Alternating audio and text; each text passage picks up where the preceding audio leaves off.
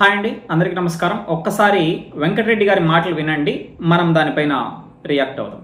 విదేశీ పర్యటనకు వెళ్ళి భారీగా పెట్టుబడులు వస్తున్నాయి. అంటే ఈయన శాఖ ఏంటి?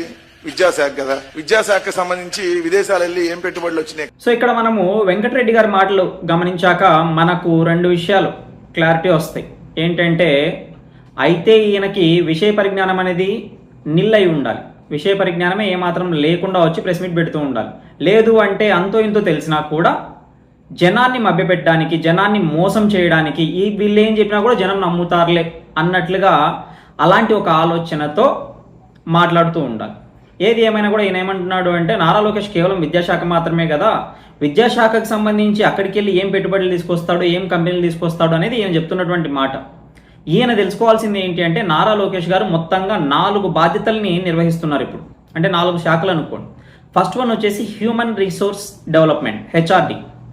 దీనికి సంబంధించి ఇందులో భాగం వచ్చేసి విద్యాశాఖ.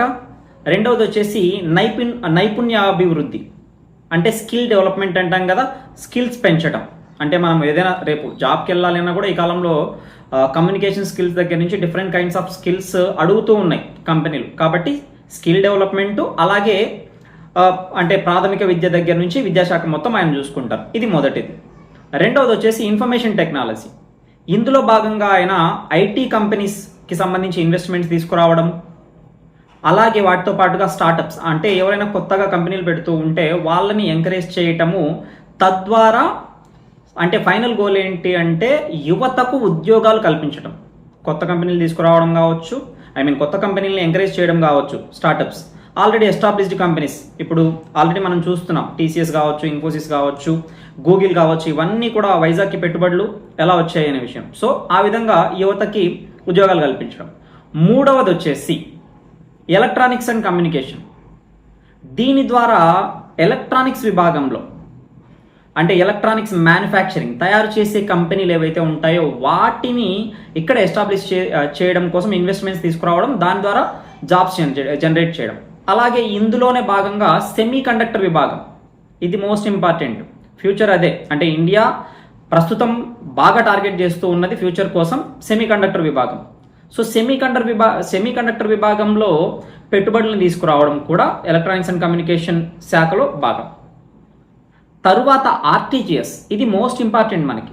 ఇది మనం బాగా ప్రస్తావించాలి. Real time governance. ఎందుకు అంటే రీసెంట్గా మనం ఒక ఉత్తరాంధ్రలో ఒక భారీ తుఫాన్ చూసాం. ఆ సమయంలో నిజంగా శవాలు దొరికింటే వీళ్ళు చాలా బాగా రాజకీయం చేసుకునేవాళ్ళు, కానీ దొరకలేదు. దానికి కారణం రియల్ టైం గవర్నెన్స్.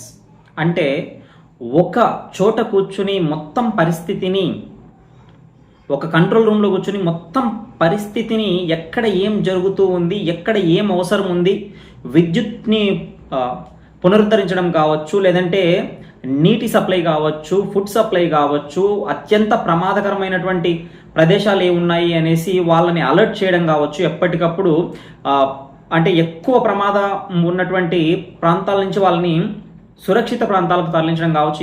ఇలాంటివన్నీ కూడా రియల్ టైం గవర్నెన్స్ ద్వారా ఎప్పటికప్పుడు మానిటర్ చేస్తూ పరిస్థితిని, అధికారులని ఎప్పటికప్పుడు అలర్ట్ చేస్తూ ప్రాణాలని కాపాడారు. రీసెంట్గా ఉత్తరాంధ్ర తుఫాన్ సమయంలో నష్టాన్ని వీలైనంత వరకు తగ్గించగలిగారు. అంటే ఇందులో భాగంగా చేసేది విపత్తు నిర్వహణ.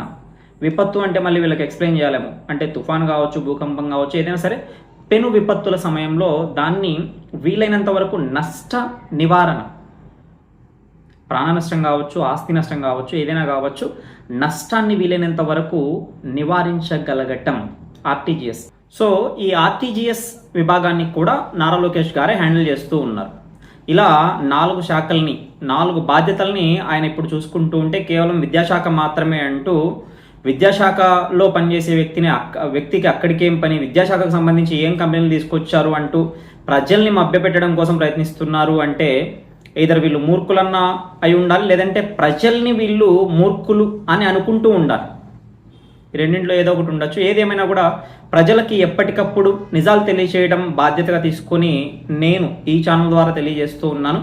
ఇలాంటి అప్డేట్స్ కోసం లైక్ చేయండి, షేర్ చేయండి. మీకు వీడియోస్ నచ్చితే మాత్రమే హైప్ చేయండి. ఛానల్కి సబ్స్క్రైబ్ చేసుకోండి. Thanks for watching.